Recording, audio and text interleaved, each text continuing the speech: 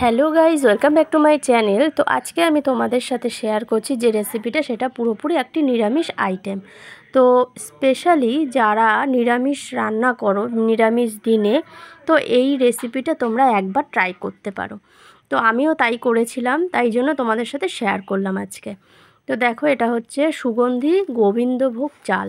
তো আমি এখানে 3.25 কৌটো চাল নিয়েছি, নিয়ে সুন্দর করে ধুয়েছি, ভালো করে 4-5 বার করে ধুয়ে নিয়ে আমি একটা জালির মধ্যে, মানে আটা চালনির যে জালি হয় সেই চালনির মধ্যে দিয়ে আমি জলটাকে ঝরানোর জন্য রেখে দিয়েছি।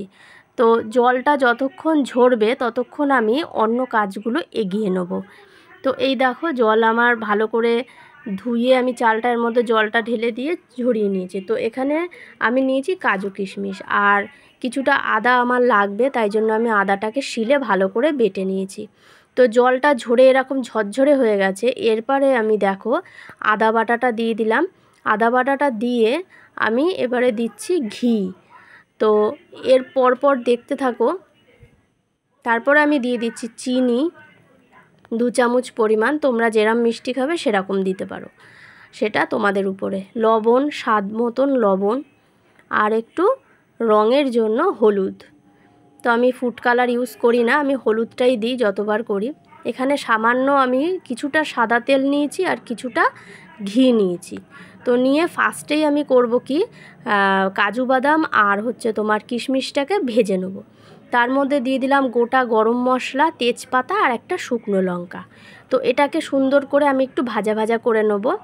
তারপরে যে চালটাকে আমি রেডি করে রেখেছি, সুন্দর করে মশলা টশলা দিয়ে মাখিয়ে সেই চালটা আমি তেলের মধ্যে দিয়ে আমি 2 থেকে 3 মিনিট সুন্দর করে নাড়াচাড়া করব।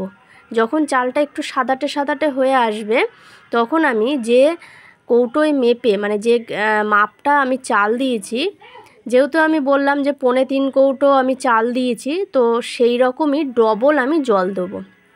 মানে 1 কৌটোয় আমি দু কৌটো জল, 1 কৌটো চালে 2 কৌটো জল।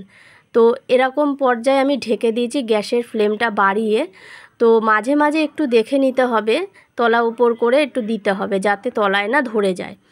তো ফার্স্টে এরকম হয়েছে, তারপরে আরেকবার যখন আমি খুলে দেখলাম ঢাকনাটা, তো এই রকম পর্যায়ে এসেছে। তো ভয় পাওয়ার কিছুই নেই, এটা যে একটু হাওয়া লাগবে ঝরঝরে হয়ে যাবে, সুন্দর হয়ে যাবে। তো ভিডিওটা তোমাদের কেমন লাগলো, যদি ভালো লাগে অবশ্যই তোমরা জানিও তোমাদের কেমন লাগলো, আর অবশ্যই তোমরা ট্রাই করো আর আমার সাথে শেয়ার করো। তো আজকের জন্য এইটুকুই। Thanks for watching.